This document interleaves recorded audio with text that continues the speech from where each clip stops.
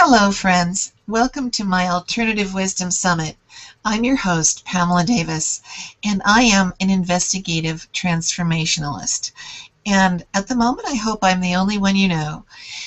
What that means is that I am devoting so much time and effort and fun and pleasure to finding wonderful people, wonderful information that will help you change your life for the better, bring you more health, more prosperity, wisdom, peace, all the good things that you're probably looking for in your life if you're listening to me now or watching with us. I was born with a ferocious curiosity. It was from the time I was a little girl, I began pursuing what you might call uncommon interests. I've devoted much of my life to the exploration of great wonders and mysteries, and I've been fortunate to be able to work on amazing projects around the world, projects like psychic archaeology, consciousness studies, research into life after death, and I've seen the exciting transformation that can follow when doors of understanding open up in our lives. I've actually experienced this excitement in my life, and time again I've witnessed transformation in the lives of others, which is why I'm here with you today, inviting you to step through one of those doors with me right now. However, before we get started, there are two items of procedure we need to cover. First, in order for you to get full benefit of this interview, please browse to Barry Dennis's page, and you do that by typing into your address, your browser address bar, www.alternativewisdomsummit.com/journey to joy.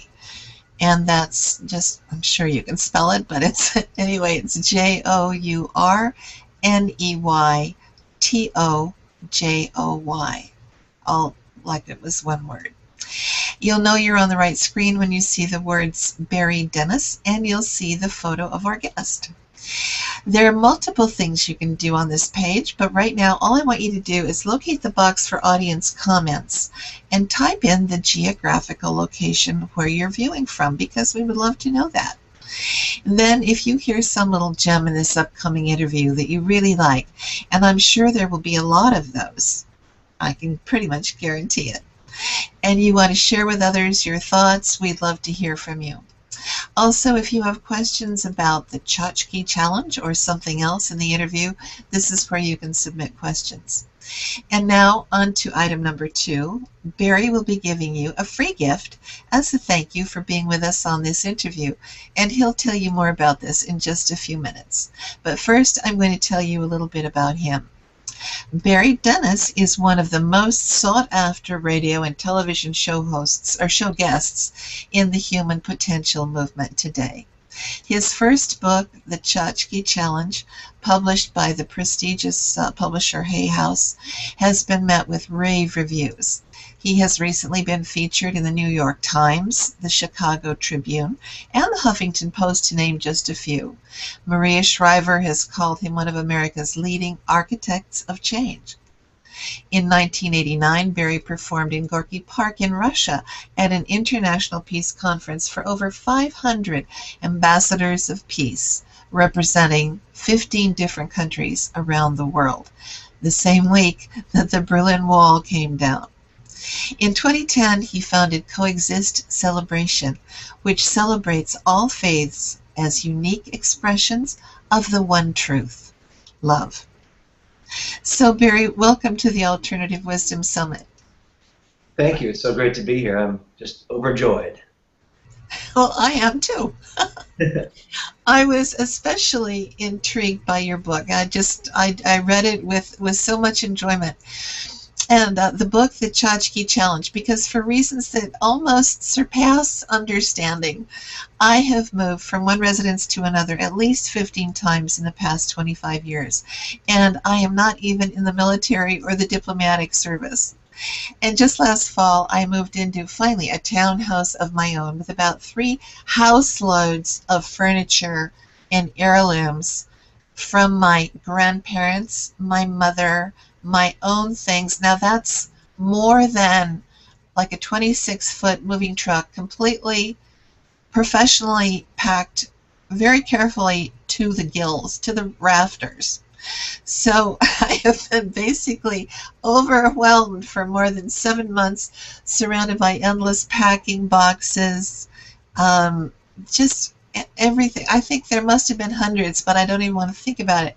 And I've been trying to go through them all, organize, put away, give away. And I figure I'll be lucky if I'm squared away in 2 more months, and that'll be lucky. That'll be lucky. Yeah, so I just thought, oh boy, does this really hit me right between the eyes right now? What a good time to read your wonderful book and the videos and so forth. So the timing for me was totally perfect. And I have to thank you for that. Well, you're welcome. I'm so glad it was good timing. But, you know, I think it's good timing for everybody in the world, because we're all overwhelmed. And, you know, when you talk about the challenge, that's why it's the Chotchky challenge. The challenge, it was for you to move and get all that stuff from one place to another, and all the different times you've moved, and how challenging it is to make that move. And all of a sudden, you know, when we move, we're face to face with all of our Chotchky and our addiction as a culture to more stuff. And of course, what my book is and what the message is about is a much deeper thing. Yes, the physical stuff that we gather around us is an outpicturing of our own values, or how we're expressing our values, and that basically is more is always better. And things will justify my experience in life, when spiritually that's the opposite is true. It's the opposite is true. We're perfect, whole, and complete as we are, and the more stuff we gather around us, the more weight, the more it drowns our soul, the more it creates a false sense of purpose rather than actually truly living our purpose. We spend money, time, and energy on more stuff that is actually the opposite of what's truly important to us. As we bring awareness to this, we can shift all that energy away from being sucked away from us into stuff that doesn't matter to us. We can shift all that energy into what really matters, which I call the 3 LPs. So it's live your passion, love your people, lift the planet. This is what's on the mind of everybody. The 3 LPs: live your passion, love your purpose, lift the planet. And so my work is all about shifting that energy so we're not overwhelmed and spinning stuff and junk and all the excess that's around us, and we just get in touch with our spirit. Well, before we get into the deeper end of this, and you've already touched about it, you've already touched upon it, I want to just quickly step back a moment and ask you a little bit about your journey. Now, you mentioned in your book about your father, who apparently was a leader in the transformational consciousness movement, if I understood correctly, or maybe not. Why don't you talk a little bit about your background and what brought you into this kind of work? Well, you know, my mother said that when I was born, she knew that I have 2 brothers, and she said when I was born, she knew instantly that I would be a guy who would constantly, I would be grow to be one who was always curious. Okay, so I have this insatiable desire to understand. It's curiosity. I feel a kinship with Curious George, the old cartoon. I always want to, you know, I'm always about, and this is like true physically, but it's also mentally. So I always want to climb the highest mountain. I want to climb and see the biggest view. If I'm traveling around the world, it's like I want to get away from the tourist area and go to where the locals live, and I want to see how they live and where their food is, and what can I learn from their culture, and what can I take into my soul from their life.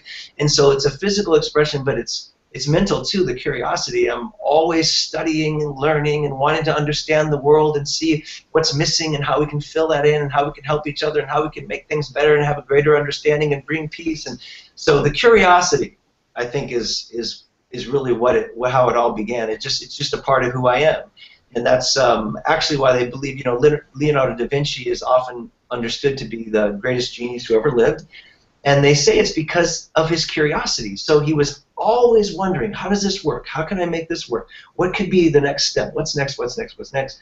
So that has kept me on a sort of a spiritual path, on that human potential movement, on wanting to make a difference. And you know, when your mind is kind of on that train of thought, life becomes quite a journey, and it's pretty joyful and pretty wonderful.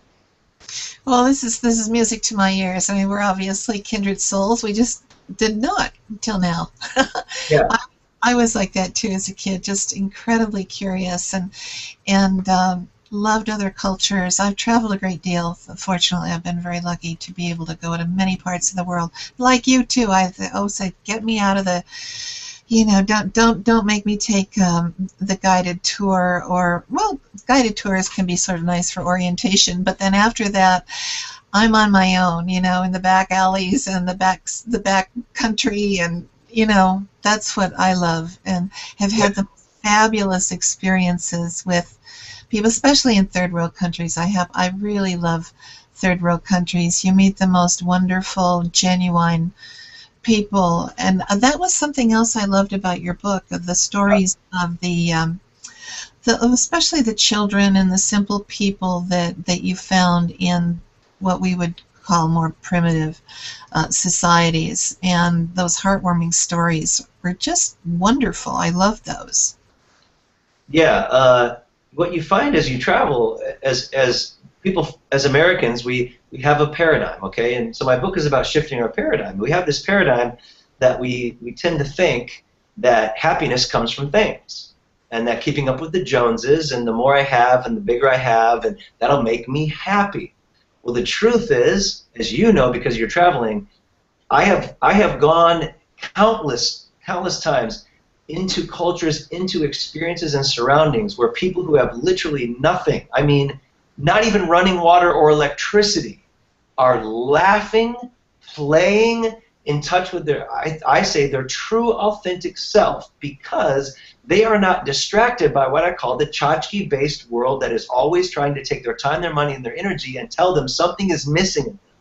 So in our culture, in our Chotchky-based culture, we're told every day thousands of times that something's missing, and that if we get this thing, it'll make us okay and acceptable human beings.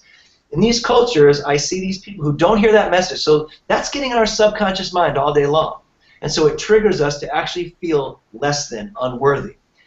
I've gone into these cultures where literally no running water, no electricity, and yet laughter and joy is a constant, just fun and play, and playing soccer with wadded up paper, and making up games in the grass that I've never seen of because the children are just making them up.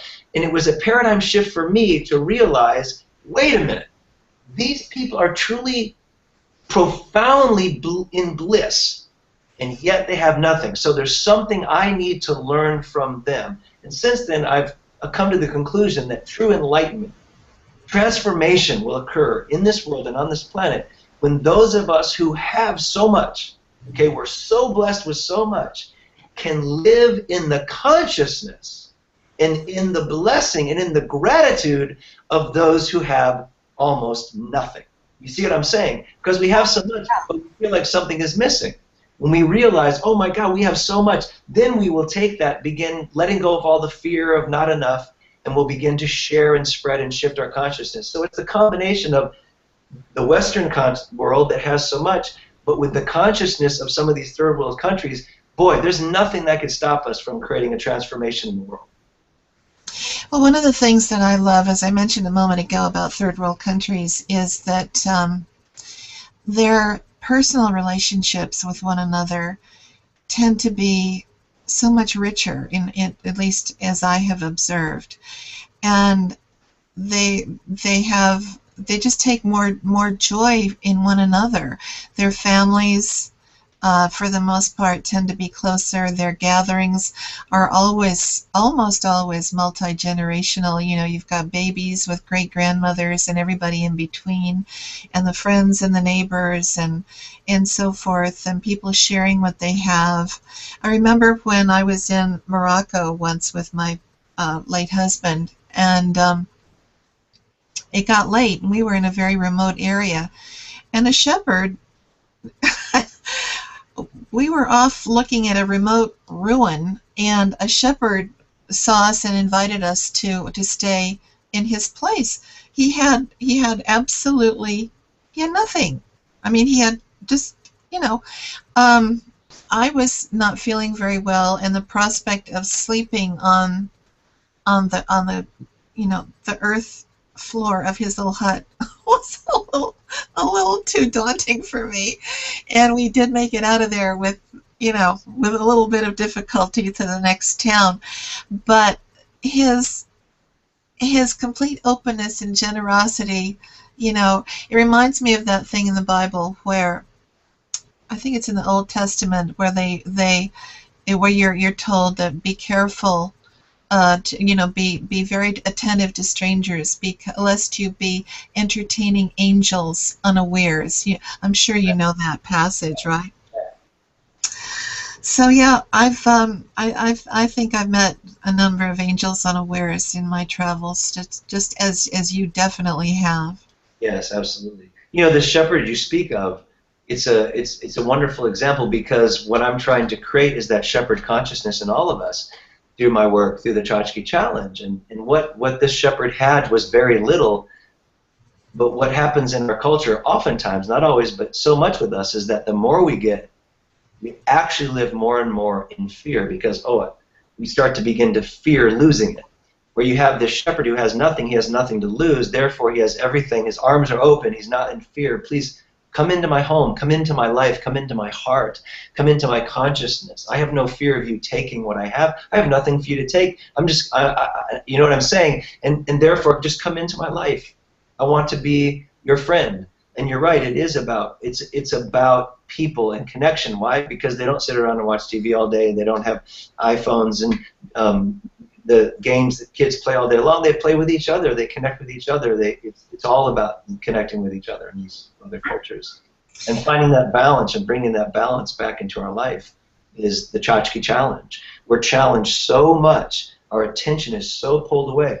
And it's not to say these things are bad, but it's who's controlling who? Are we controlling our gadgets and our things and our stuff, or are they beginning to control us and take our time when, geez, our soul is just begging us to begin to live a new life, to begin to follow a passion, to begin to take more awareness of our spiritual journey and our physical health and all these things. And yet our culture, that Chotchky Challenge, is always pulling us away, telling us something else is more important, something else over here, get this, do that, be like this, stay like them, follow the track that everybody else is to be on. But our soul doesn't want to live that way. Our soul has so much more to do, so much more to joy. Exactly. Just let me digress for a second, because you've pretty much already explained it, but just for real clarity, for those of us who don't know Yiddish, do you want to talk about what does Chotchky mean literally, and then you'll be talking more about what it means to you. But let's get a little definition here of Chotchky. Well, it's a word that it's like 2,000 years old approximately, and the language, the Yiddish language, is truly one of the most colorful languages ever created. It's kind of being forgotten now, but Chotchky, common understanding is very limited. I did all this research to pull out the depth, the layers, because Yiddish is one of the most layered languages. So in our culture, about 50% of the people are familiar with the word Chotchky, and we generally think of, and this is like we have a limited understanding, but we generally think of little knickknacks, doodads, whatnots, which is weird to define anything as a knickknack, right, or a doodad. It's collectibles, little, so all of a sudden we're into the weird even before we get to, it's like, what? Okay, you define something as a knickknack, but collectibles and little things, and little tchotchkes that we buy when maybe we're on a trip that we got at a gift store, and then we put them up, and then we collect them, and then we get more, and then there's more, and then it begins to crowd our life, and we think, why in the world, what possessed me, and who gave me this? And I feel guilty because I don't really like it, but I feel guilty for wanting to get rid of it. So these little things is kind of what we think of as tchotchke, little collectibles and stuff. But the deeper truth is, the deeper definition is, as I have researched, that tchotchkes can be anything. It's basically anything that does not support your soul's purpose, anything that clutters your life, your mind, your soul, your environment. So from that place, anything can be a tchotchke. So the technology of life is good to a point, but once it crosses a certain line, it's no longer technology, it's become technochky, which is the new languages I've created. So information, so anything in excess. So informational excessive is informachki. If we take too many pictures with our iPhone, which we do now, we take ourselves out of the present moment, we become a member of the paparazzi. And if there's too many people in our lives who do not support our soul, right, those are peopleotchkis. And what we want to attain, I've discovered the highest form of human consciousness, I've realized in my research. What we will attain as we let go of all the Chotchky and live from our soul is the highest state of consciousness known to humanity, that of Liberachki, where we are completely and totally free from all things that do not support our highest good. Right, right. Well, let me take a moment here to read something from your book that I thought was amazing as far as a history of or the origins of where we find so much of what's going on right now, so much of what we're being bombarded with. Here it says, travel back with me in time to the year 1929. It was a pivotal moment when our government decided to be the drug cartel of this highly addictive substance. Well, we'll find it anyway, this highly addictive substance. It was then that economist and retail analyst Victor Lebau gave the following report to the President's Council of Economic Advisors. And, quote, our enormously productive economy demands that we make consumption our way of life, that we convert the buying and use of goods into rituals, that we seek our spiritual satisfaction, our ego satisfaction in consumption. We need things consumed, burned up, replaced, and discarded at an ever-accelerating rate, unquote. And that was delivered to legislators, lawmakers, policymakers who were being supported by my grandparents' taxes. You know, people who said, oh, gee, that sounds like a good idea. So talk a little bit about, you know, how this heritage, I mean, it seems to have gotten so much more intense since the Depression. And talk about, let's see, there's so many wonderful things about that you have to say about all of this. You know, I mean, well, you say that, you know, you talk about the creation of wanting, which is what this Lebau was talking about. How the creation of wanting. How did this happen? Well, Lebau, yeah, he, you know, that he set a precedent, and it was accepted as our mission as a country. So what you just read is very profound for all of us to become aware of. It became our mission to create a world where the buying, selling, discarding, throwing away, and burning up of things became our spiritual practice. This is literally what you just wrote, and it's literally what happened. It became our mission to create, make it rituals of buying, selling, burning up, throwing away, discarding, remaking, buying, selling, burning up, throw away, discarding. It became our purpose, our mission as a people, and that is not sustainable, and it will never bring happiness, okay? So it's unsustainable for the planet, and it will never bring happiness, because why? If it's always, if everything gets burned up and thrown away, well then you never reach any state of peace and happiness. It's always something else. Oh, an updated version. Oh, they're making a new one. Oh, look, they made a little improvement on that one. Oh, look, now I need this one. I need this one. I need this one. I need this one. So we'll never reach happiness or peace as long as we're living in this paradigm. So the creation of wanting is part of what's happening around us all the time. Billboards are actually designed, okay, to create the sensation of falling in love. This is a fact. The science of billboards. They're trying to make a billboard that makes you fall in love with the product. What does that mean? It makes your heart rate a little faster, and it dilates your eyes.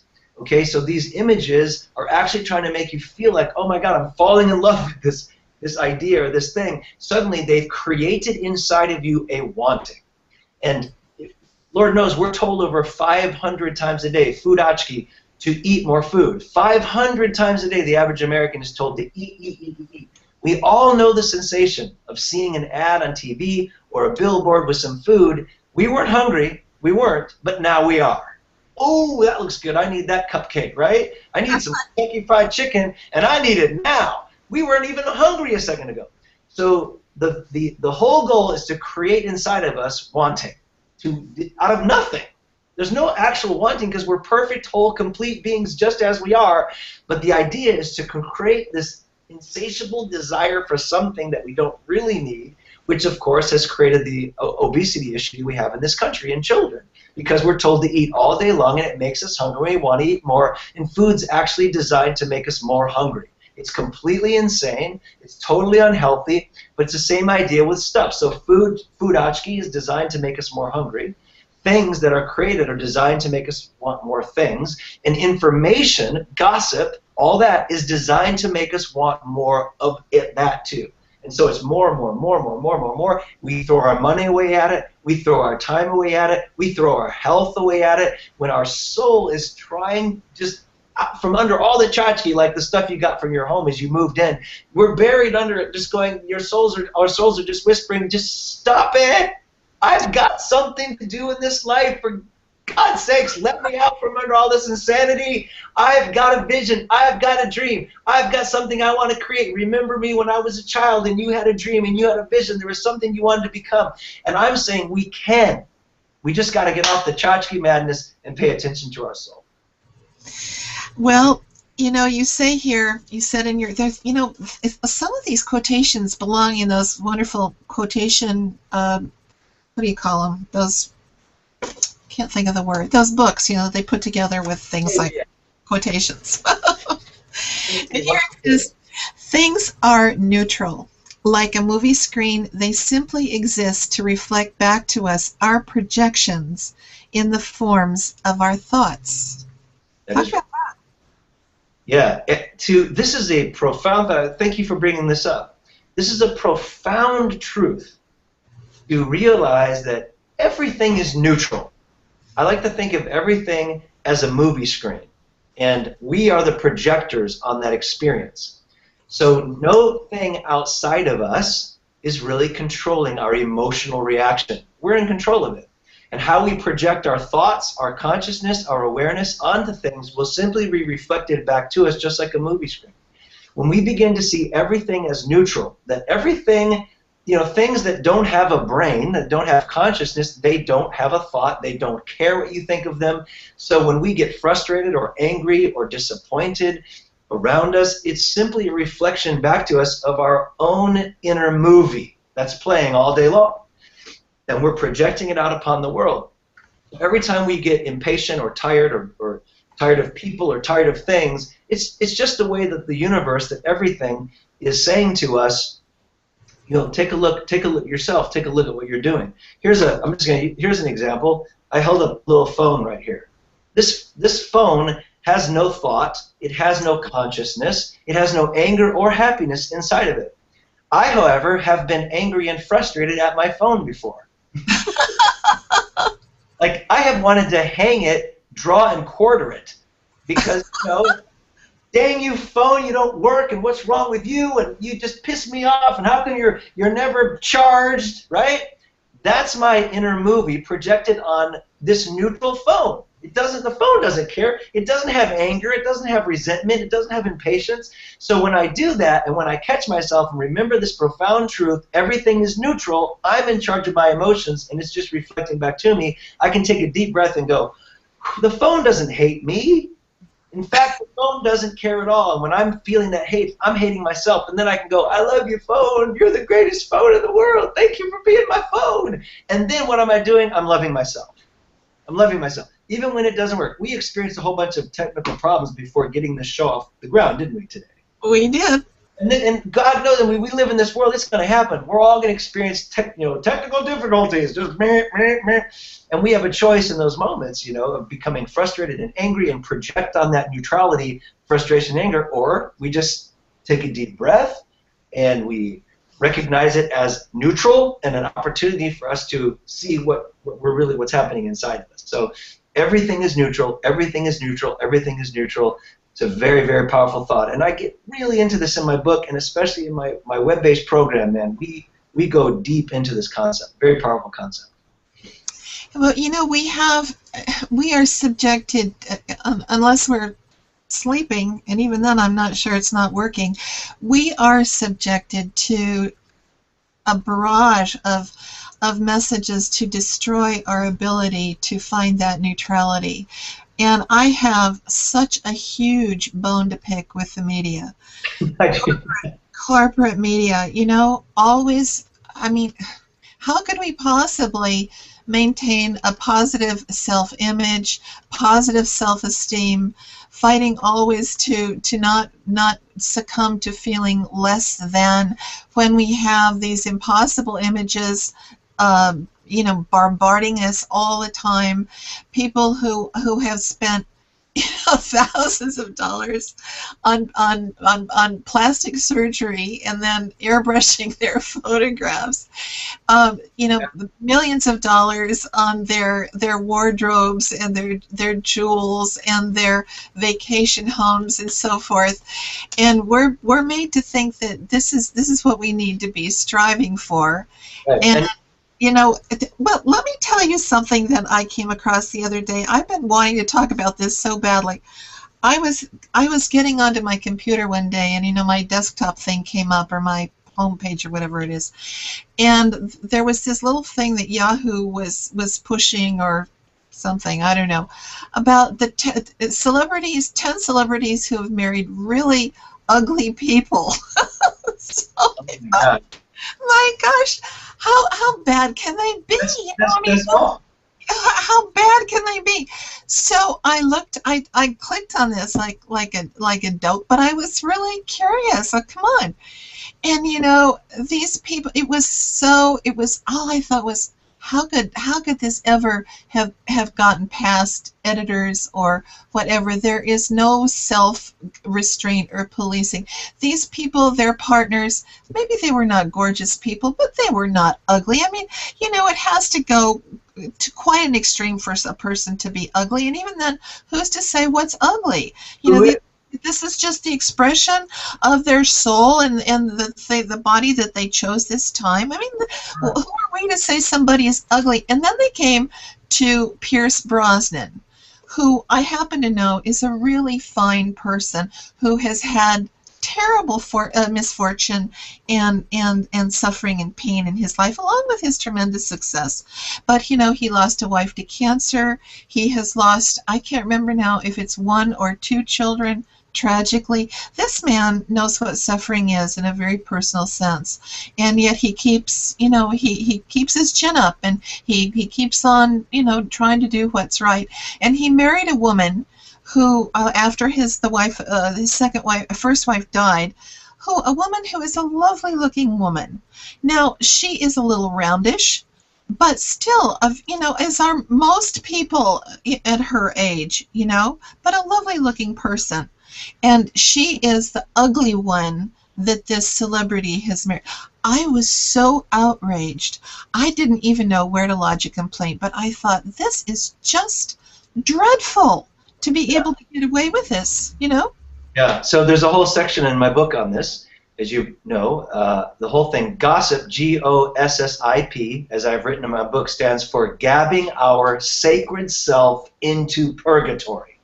And so every time that we're gossiping, our sacred self is in neutral zone, in purgatory, going, please stop it. And we feel it in our heart. So my answer to that, and I have it right in my book and in my life challenge program, we really work on this, is that anytime that we are bombarded with this gossip that is nothing but negative, it's an attempt to make us feel better by putting somebody else down. And we should be only celebrating other successes, not pointing at these negativities that aren't even real. And it's so hurtful.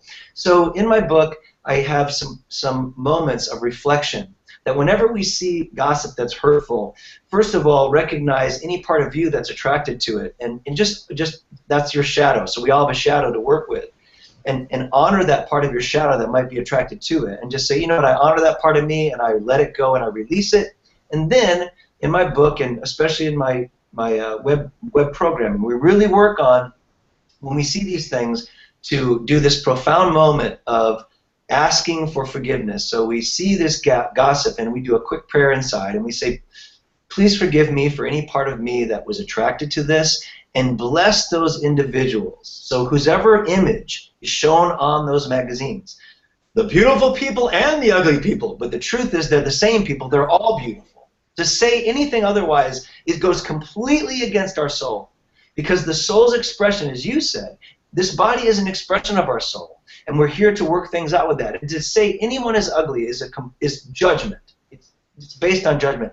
So when we see these negative things, to pause for a moment and simply say, forgive me if I was attracted to any of this, and help us all as one human family to rise above the need to gossip, and then finally bless those people. Bless their lives, because they're my brothers and my sisters, and we are one family, and I would never want my brothers and my sisters to be ridiculed for the whole world to see. So please forgive me and forgive us all, and let us rise above the need for gossip. So this is really important to me, because it's mind-ochky, it's thought-ochky, it's excess hurtful thoughts, and letting go of that changes everything. Well, it's talking about making us less than. This does make us less than the divine beings that we are, that we should be expressing. It makes us mean-spirited, and it lowers our vibration and does nothing to add to the harmony in life. It's terrible. It's a direct assault on peace and harmony and joy. And you had mentioned earlier about sort of the corporate world and what we're being told every day. And the one way that I describe the Chotchky Challenge, here's one way that I simply say it, is that the Chotchky Challenge is to 100% love and accept ourselves for who we are. That's the Chotchky Challenge. To love ourselves 100% for who and what we are, because we're told every day not to. Imagine this. Watch this. In our culture, we are actually living in profound fear of awakening, because if everyone in our country and the world woke up right now, if we experienced complete awakening, that would mean we would love ourselves 110% for who and what we are right now. So I ask you and everyone who's listening, what would happen to at least 50% of the corporations in the world if we all loved ourselves for who we are right now? They'd have nothing to sell. They'd have nothing to sell. They'd go out of business. So we actually live in a world that is afraid of loving ourselves, which is completely unacceptable, right? Because if we completely, fully love and accept ourselves, but I call it a holy retooling. There's a holy retooling afoot. We will not experience, if we do this soulfully and correctly, we will not experience a complete meltdown of our culture and a reboot of depression or anything like that. When we begin to simply demand healthy things, a healthy economy will be reflected, that's all. And it's pure and whole and goodness, and it will lift us up, and it will be in harmony with the planet. And those companies that are creating hurtful things that are negative, they need to go out of business. And something else will come to take its place. Well, listen, let me just break away for a second here and talk to our viewers. For those of you who joined in late, I'll repeat what I announced earlier. If you aren't already on Barry's page, then you need to go there now. In the address box of your web browser, type in this address, www.alternativewisdomsummit.com/journey to joy, JOURNEYTOJOY. And you'll know you're on the right page when you see the words Audience Dashboard, and you can see the photo of our guest, Barry Dennis. Friends, Barry has a free gift especially for you as a thank you for joining us on our interview here today.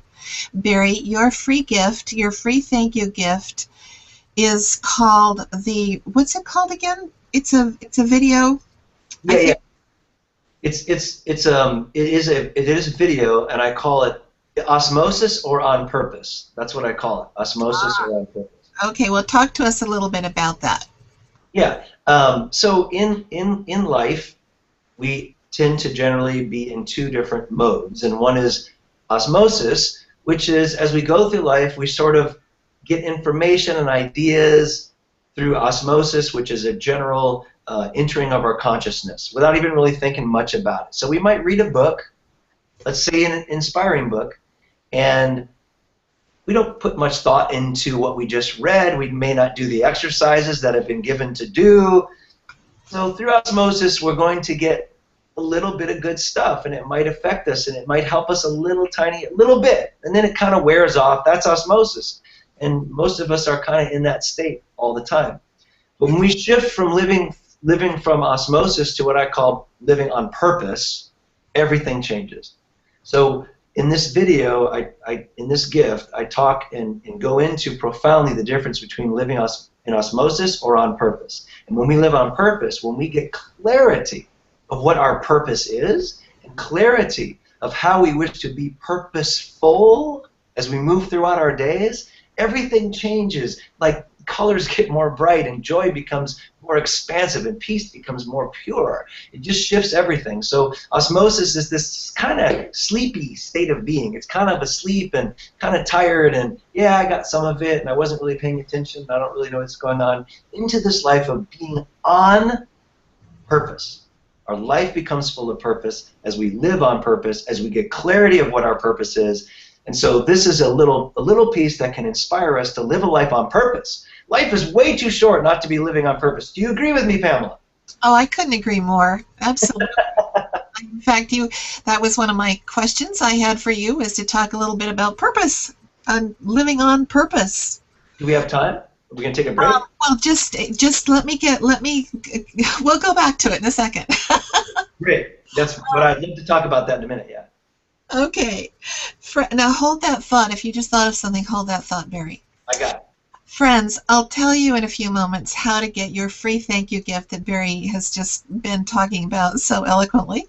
But while you're on this page, I want you to locate the special offer button. It's big and it's orange, so it's easy to find. Click on the special offer button now. You'll know you're on the right page when you see the words special offer followed by the words Barry Dennis's Chotchky Challenge package. On this page, you can read all about the unique and amazingly generous special offer that Barry has put together exclusively for you for watching this interview today. Barry, as I just mentioned, your package is called Barry Dennis's Chotchky Challenge package. And in 2 or 3 sentences, could you please tell our listeners a little bit about what's in your special offer package that you and your team have put together for our viewers? Well, yeah, this is quite a package. It really is. And the honest-to-God truth is I've never even come close to offering it at this price. You guys had to actually twist my arm a little bit, but here we are. So, it's true. So but I'm excited to get it out there to the world. So let's do it. I put together a year-long journey with me around the world. It professionally produced 52 lessons for an entire year, 1 a week, to begin to create transformation and change in our consciousness. Because it takes time. We spend thousands of dollars. We'll spend hundreds or thousands of dollars on a weekend or a week-long retreat. And it's exciting, and all kinds of wonderful things happen, and we come home fired up, but then it wears off. And I thought, how can I take what I do in my weekend retreats, and people get so excited, and make it actually last, and make it transform and change their life? So in order to create this, I went, you know what, I need to do a year-long program so that we're together once a week experiencing these ideas and expanding on them all over the world and meeting the cultures. So in my program, we go to Africa, Austria, Germany, Australia, all over the world. We go to the Polynesian Islands and all the continent of the United States and meet people and experience things that bring the lessons right to us. So this is a year-long. Journaling goes with it. Goal setting goes with it. And it's literally guaranteed to change your life, to transform your life. So that's number 1. Number 2 is my book, The Chotchky Challenge, which kind of birthed this program that I created. And the book is, as we've been discussing, is a wonderful way to begin opening our minds to these concepts, these ideas, to begin changing our paradigm from a Chotchky-based paradigm to a soul paradigm, moving back into our soul. And then I also have a CD called The Chotchky Free Life. This is me live speaking, and it's hilarious. It'll have you laughing and laughing and laughing, and probably crying as well as we begin to see the humor in all the Chotchky. Because if we can't laugh at ourselves in this journey, well, come on, we got to have fun. So everything I do, I think we should have fun. So this is fun. But at the same time, with this this talk I gave live, A Chotchky Free Life, basically we learn and look at how deeply we can go in love. How deeply we can go in love. And that, of course, is expanded in my year-long program. But you experience that. And finally, there's a coaching consultation, a free coaching consultation. And what we do with that coaching consultation is we really look at your life, every area of your life, and really figure out, because it's different for all of us, and really figure out what's the missing piece for you. Because in my work, I want to create a masterpiece, but I spell it M-A-S-T-E-R-P-E-A-C-E,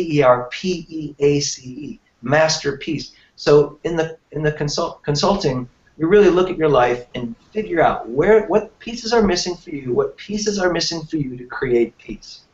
And then from there, we can begin to create a plan to incorporate and rebuild your life so that there is true peace and there is a masterpiece. And that's my gift, my offer and my gift. It's fabulous. It's so generous. I mean, to have the opportunity to sort of keep your vibration up, you know, every week, 52 weeks for a year. And these videos, I can tell you, friends, that I've seen some of them, not all of them, but I've seen some of them. Barry is a professional filmmaker, and so the quality of these videos is excellent, and this is anything but talking heads, I'll tell you.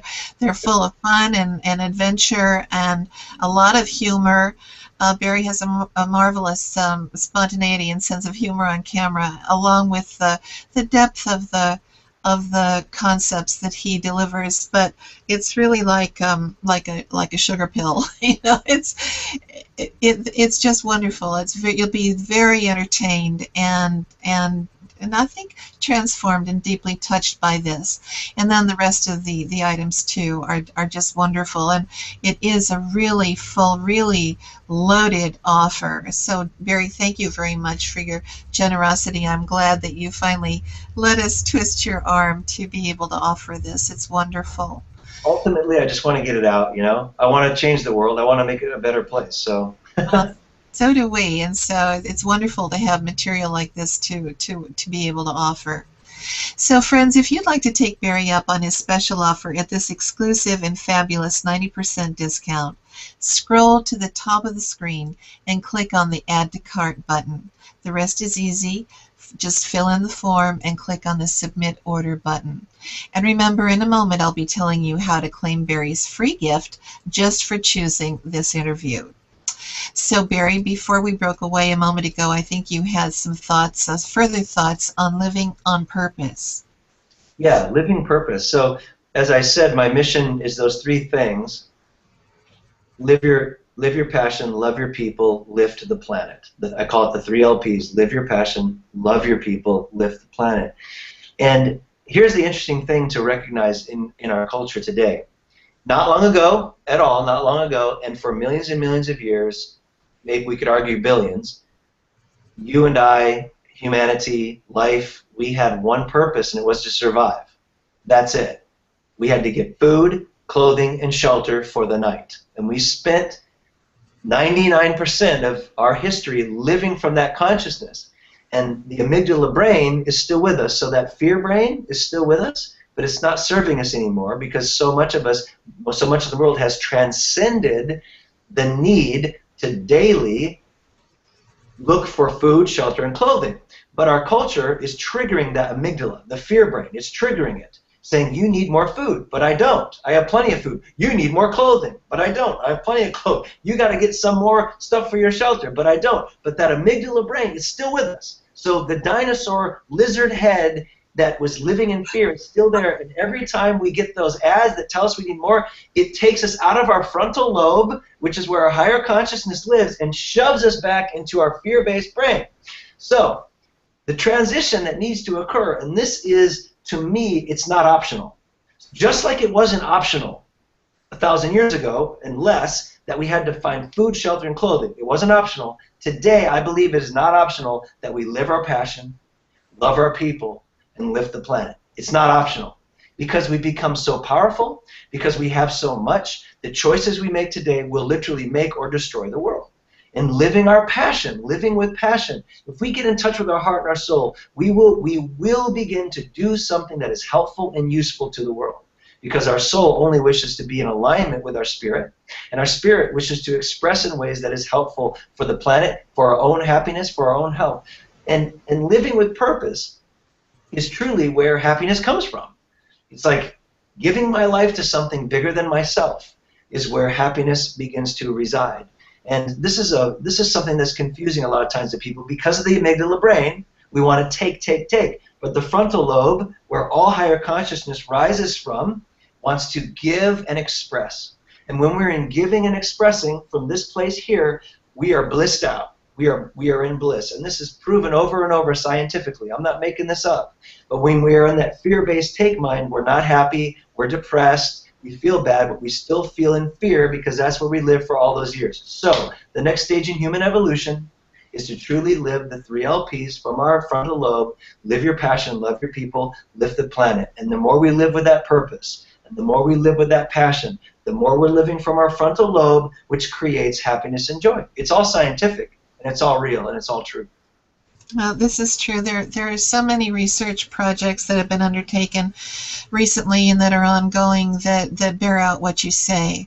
And it seems to me that we have the opportunity now to really get behind technologies that are going to, not only philosophies, but technologies too, that are going to make it possible for people to free themselves more and more from that grind of bare bones existence and survival to a stage where it will not be such a crushing challenge just to keep body and soul together, but rather we'll be able to find time and sources to help us to discover our passion, to develop it, and to work in that, because it completely raises your whole vibratory structure of all the levels of your body, from physical to mental to emotional and spiritual. You're vibrating at an entirely different rate when you're in bliss, when you're on purpose, when you're living your passion, and it will eventually be a blessing for the entire planet. It's going to be a whole new world that we're at the brink of now. We're bringing it in. Yep. We're at that time. We're at this time in human history for sure, because the information curve it's so straight up. We're just information, and the understanding and technology is exploding, and we can't even keep up with it. And so what we must do is bring our soul to it, bring our wisdom to it, not the small mind, not the fear-based amygdala. We have to bring our frontal lobe, which is where compassion, love, and peace reside, to this new world. Because if we can bring our wisdom and our peace and our compassion into this power, we can transform the world. There's enough for everybody. There's more than enough for everyone if we live in that space, especially with the technology that's coming. Automation is truly going to be taking the place of so much work, and it's going to free us up to move into creativity more, to move into ways of being at peace, to raise our personal vibration, to connect as cultures.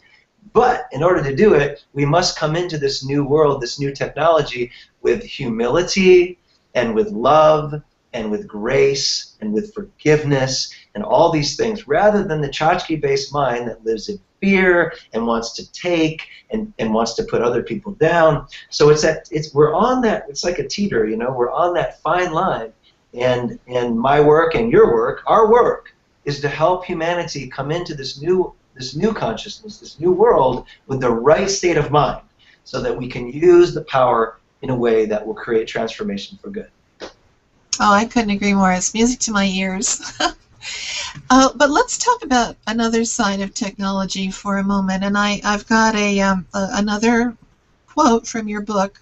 I was very busy taking quotes out of your book. I just love them. Now, here you say, no matter how advanced our technologies become, which should relieve our stress, we will use them to create more stress. And I cannot tell you how many times a week this occurs to me. I'll be struggling with some piece of technology that was supposed to make my life easier, help me to do things quicker, and yet the more I use things like this, it just seems that I'm in a maze of time-saving devices that They're driving you insane. and they just never, they just, oh, you know, you can think in it.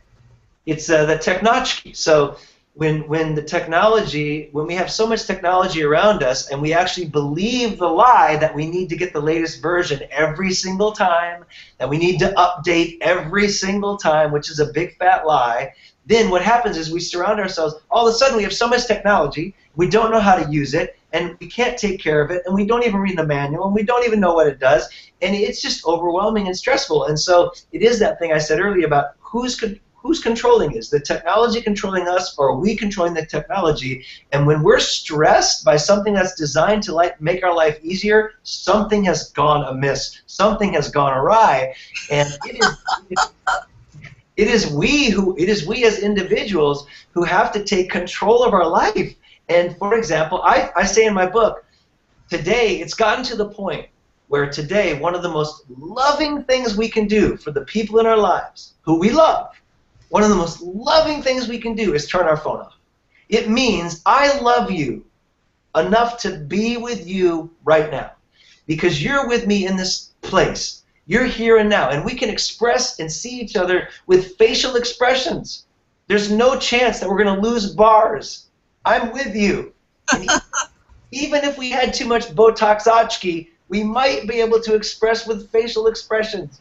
So, what a wonderful way to say I love you. It's just turning your phone off, putting it to the side, and saying, I'm with you now.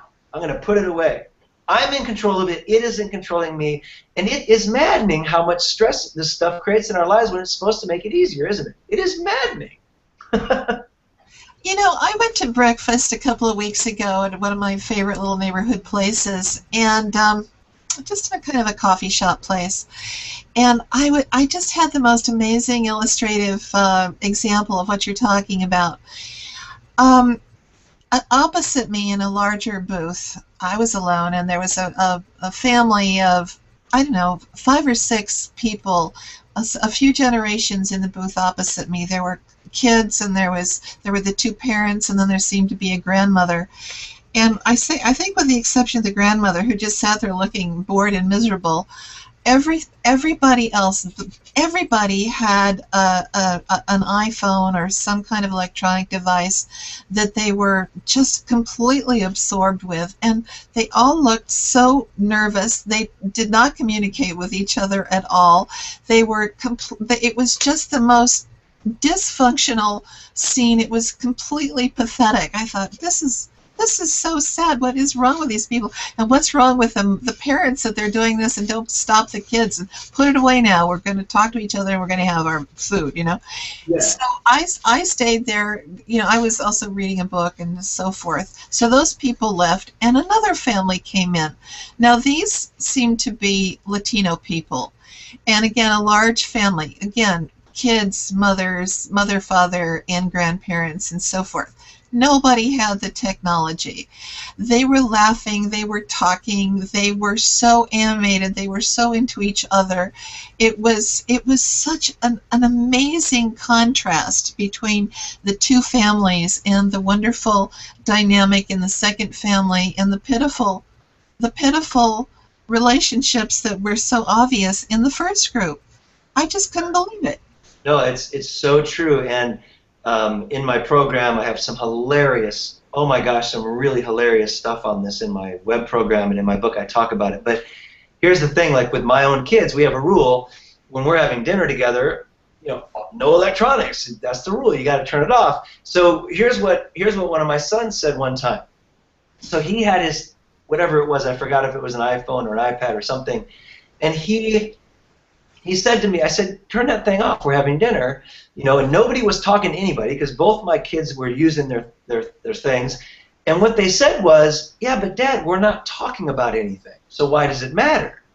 And I said, boys, we will never talk about anything as long as you're what comes first, the chicken or the egg? You have to turn that off first and be willing for the magic of conversation to arise out of nothingness. So in our culture, we're so afraid of silence. We're so afraid of being still. But in order to allow the magic of conversation and soulful connection to occur, we have to shut it off and be willing to sit uncomfortable for 60 seconds. I mean, I tell my kids, you're gonna have to sit here for 60 seconds and be nervous because you're so addicted to your stuff. But watch what happens. And I'm telling you, every time, within 60 seconds, we're off and running. But it's like that in-between time where they're shaking because they're so addicted to it. But then once that addiction goes away, all of a sudden we're off into this wonderful conversation about the day and joking and laughing and playing. And then at the end of the meal, we'll say, look, did you see what just happened? You don't need this stuff. And as a culture, we're told, one, that there's always something better happening somewhere else, which is such a lie. There's nothing happening better somewhere else. The best stuff is happening right where you are. And then the other part of our culture, we're basically told that silence and stillness is bad. Okay, so we're constantly told by our culture that you have to be fiddling with something because silence and stillness is bad. Where the truth is, silence and stillness is where the soul arises and is where peace is found for the love of all that is good and right. That's where the connections are made. That's right. All right, we gotta bounce around a little bit here. Let me take a moment to remind you audience members that by now you should have been to the special offer page. If you haven't, here's the link to Barry's webpage for this interview, www.alternativewisdomsummit.com/journey to joy. And on this page, look for the special offer button, then click on that special offer button now. Okay, now on this special offer page, you can read all about the exclusive special offer that Barry has generously put together with so many wonderful items. And for example, take a look at item number 2, the Chotchky Challenge book that I've referred to now a number of times. So remember when Barry talked about the creation of wanting? Well, here in his book, you'll find so many examples of the crazy ways our minds create the tchotchke traps that we end up struggling to get out of. You'll find it just fascinating. If you want to treat yourself to something really special and out of the ordinary in your life right now, you will really enjoy this special offer package and find so many ways to use it to make your life more joyful and more rewarding. So go ahead, take a look and take advantage of Barry's special offer at this exclusive and very generous 90% discount. Yes, a 90% discount offer of all these wonderful items. And then you click on the Add to Cart button now. The rest is simple. Just fill in the form and click on the Submit Order button. So Barry, back to you. Another thing that you say here is that you say that our lack, we've talked a little bit about this, but let's talk about this a little tiny bit more. You say our lack of self-acceptance is the trigger for tchotchke. Yeah. So talk a bit more about that. Absolutely. So within us, as I mentioned, there's the amygdala part of our brain, which goes back to billions of years ago, evolutionary, which lives in fear. And our culture, the tchotchke, what I call the tchotchke campaign, okay, is actually trying to trigger our lack of self-esteem. Because if something can make us feel like we're not good enough, it is a trigger to spend money. That's where we will spend our money on anything. If we feel we're not okay the way we are, then we will spend money to do something that we think we've been told will make us okay. And the whole blitz, the tchotchke campaign is throwing at us all day long. Sometimes it's subtle and sometimes it's not subtle at all, is trying to trigger within us a feeling of lack of self-love and acceptance. So our self-esteem being lowered and lowered and lowered and lowered causes us to spend time, money, and energy on things, ideas, and thoughts that are completely wrong, that they're trying to convince us will make us okay, will fill us up. And it brings us back to that quote you read earlier, that it would make us, our spiritual rituals would be to consume more, to burn them up use them, and make more in an ever-accelerating rate. Therefore, if people ever actually love themselves for who they are, this madness will never stop. Therefore, we must make sure that people don't ever really love themselves for who they are. And now we're realizing that if we don't stop this now, the Earth cannot keep up with the insane thing. And all it does is stress out our environment, because every time we move like you did, we realize we have so much junk that we never use, that we never really wanted, that we don't know where to put it. And so the Chotchky Challenge ultimately is total self-love and acceptance. And so that's what we work on. In this program, we work deeply on how to love ourselves for who and what we are. Then we will only spend our time, money, and energy on things that support our soul's purpose. And once we support our soul's purpose, we will be happy, whole, and complete, and we will give back to the world things, ideas, and stuff that is healthy and good. You know, I have a really mundane, silly example of this kind of thing, that what we do when we lose when we lose that connection to our true self, and we get rattled and upset and feel less than. I had a very difficult relationship in many ways with my Blessed Mother. May she rest in peace. And boy, I tried and unfortunately felt that in the end there was just a limit to what I could fix. But I used to sometimes come away from a day with her just at my wit's end. I remember at 11 o'clock, midnight or something like that, I'd walk out of her apartment building thinking, the only thing that can fix this is a donut. I knew I had 2 or 3 little places I could go within 10 or 15 minutes of her place that I could drive to at any hour of the day or night and get a really good chocolate-covered old-fashioned. And that actually did help, and I think some of those old-fashions are still sitting on my bottom today. That's the point, isn't it? Those things, they lodge themselves right on our butts. I call it butt-ochky. But it's true, you know, you get these triggers of what can I do to feel better. That's, you know, the old, 100 years ago, women used to go out and buy a new hat. You know? Oh, dear. But at least the hats, I think, were probably more recyclable than a lot of the terrible things people go out and buy today to feel better, you know? In my book, I teach the concept called pre-cycling rather than recycling. So pre-cycling is the next stage in the evolutionary way of dealing with things and saving the planet and saving ourselves from the overwhelm of all the stuff. So pre-cycling is returning something before you even took it, which is kind of like magic. But I do this in my program. It's hilarious. I have cameras follow me through a mall, and we practice pre-cycling, and it is so funny. Yeah, I've seen that. I love that. It's hilarious. But what we really want, we don't really want the thing. This is a big shift in our paradigm. What we really want is the feeling, okay? We don't want the thing. We want the feeling we think the thing's going to give us or will bring to us. And so what I teach in my pre-cycling is if you get your Chotchky triggered, if your Chotchky triggers triggered as you're moving around, oh, I think this will make me happy. If I spend money, which I worked all week on, that could go toward my soul if I was in alignment with myself, but I'm not because I've been triggered. This will make me happy. Here's the thing. Try pre-cycling. What you do is you simply hold whatever it is in your hand, even inside the package Chotchky, because we all know there's way too much packaging in the world.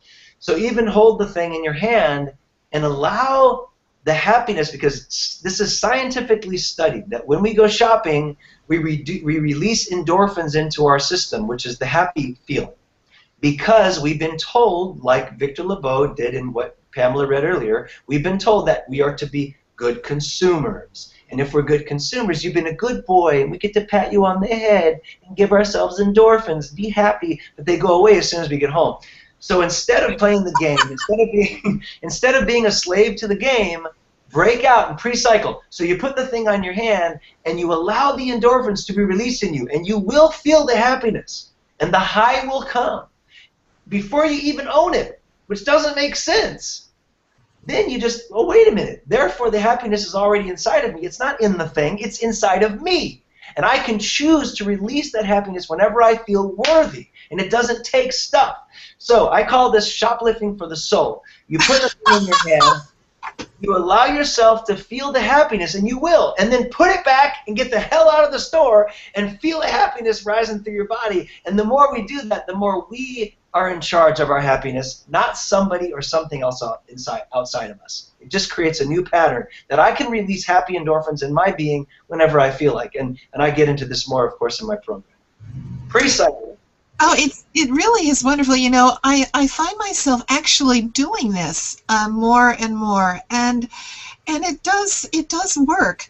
Actually, I think that I thank God and whoever invented it for the DVR. You know, because first of all, I hardly watch any network television to begin with. You know, I like the brainiac stuff. You know, the ancient history and the History Channel, and although I do love the Food Network, but I record these shows, and they get to the commercials, and I hit it, you know, fast forward on 4, super speed, warp speed through those commercials, and I just can't tell you what a difference it has made not to have to be just completely suffocated with all those commercial messages, like the woman who gets up in the morning and she tells you that she can't start her day until she's gone to that website where there's that special that day, and there's some article of clothing that she's just going to have to order before she goes off to work.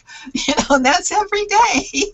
And we're supposed to think that, oh, gee, I wish I could do that too. Maybe I will. I'll go to that website and I'll start ordering.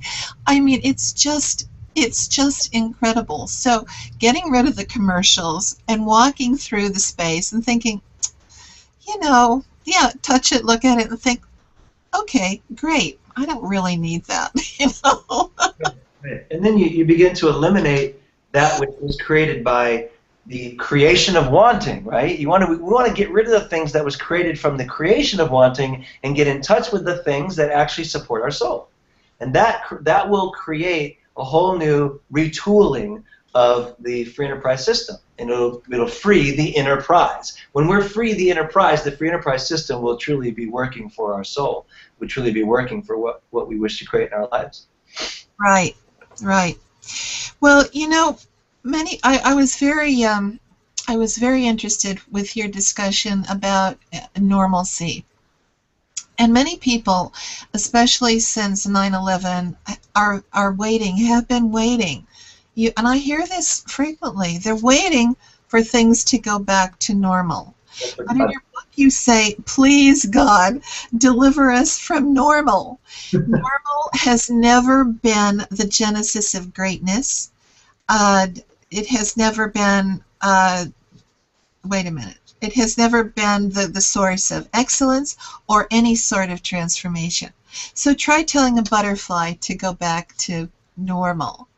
So I thought, this is such a wonderful concept. Talk a little bit about the new world that we're looking at. I think it's such a comforting thought, really, to think that, hey, we don't have to go back to normal because normal wasn't so great.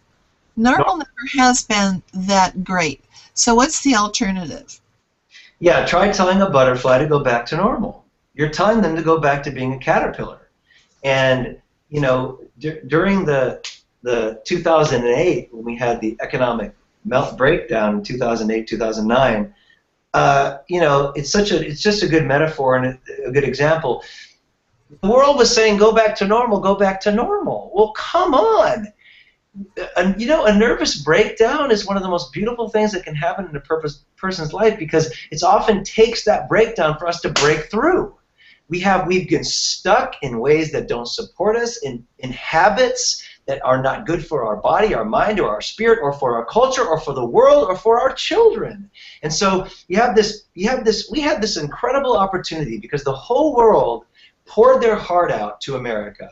You know, in some different 2011 it happened during the crash, And it was an opportunity to be humble and to begin to change the way we do things. Instead, we were told, go back to normal, go back to normal, go back to normal. Go to the shops, go buy more stuff that'll make you happy. Let's do the dysfunctional thing that makes slave labor in other countries and children labor in other countries make things that we buy, and then you bring it home and you don't know what to do with it. And then we do buy more clothes than our closet can hold, which actually causes measurable stress in our mind. Every day we open our closet, and I call it a paralyzation, when we are paralyzed by the amount of apparel in our closets. And I'm not kidding.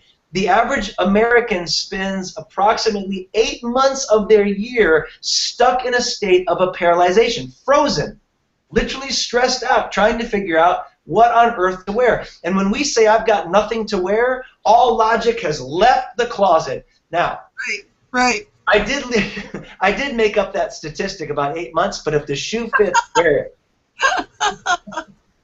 If you can find the shoe that you're looking for. Find the shoe, wear it. You know, it's maddening. It's totally madness, I'm telling you. And it's funny, and we need to laugh at it and change. Laugh at it and allow it to create change. Never go back to normal. Going back to normal is going back to the caterpillar. We need to bust out of normal. We need to step into just something radically different and shifting, and it's starting to happen. But there's both, you know, it's an energy of both sides. So every time that something great wants to happen, the normal side or the less than side always shows itself. So I've heard it said like this before: wherever the Christ is risen, the Christ will be crucified. So wherever the light is shining, darkness will come in and try to stop that light from happening and tell it all the reasons and all the excuses that it can't happen, and you can't be better, and you can't do it. Oh, just stop it. Stop following your dreams. Stop trying to change the world. Come on, just be normal. Well, okay, fine, but that can only be sustained for so long. And it's not fun, and it's not joyful, and it's not exciting anyway. So why be normal? Yeah. Now, normal, there's going to be, we've got to establish, look for, aim toward, and find the new normal. And the new normal is going to be something that's going to be ever evolving, and it's going to be of a higher caliber, higher vibration. And, you know, that's the train we want to be on. That's the train. That's the track. That's the train. That's the subway. That's the submarine. That's the jet airliner. And that's the hot air balloon. Right. Well, I still have, you know, pages here of stuff that I wanted to bring up with you, and I can't because we're out of time. So there's so much that we could just, oh gosh, this has been so fun. We could just go on and on. But I have to give some important information for our audience. All right, friends, this is how you get your free thank you gift. You need to be on Barry's webpage. And just in case you haven't seen this page yet, it's located at www.alternativewisdomsummit.com/journey to joy.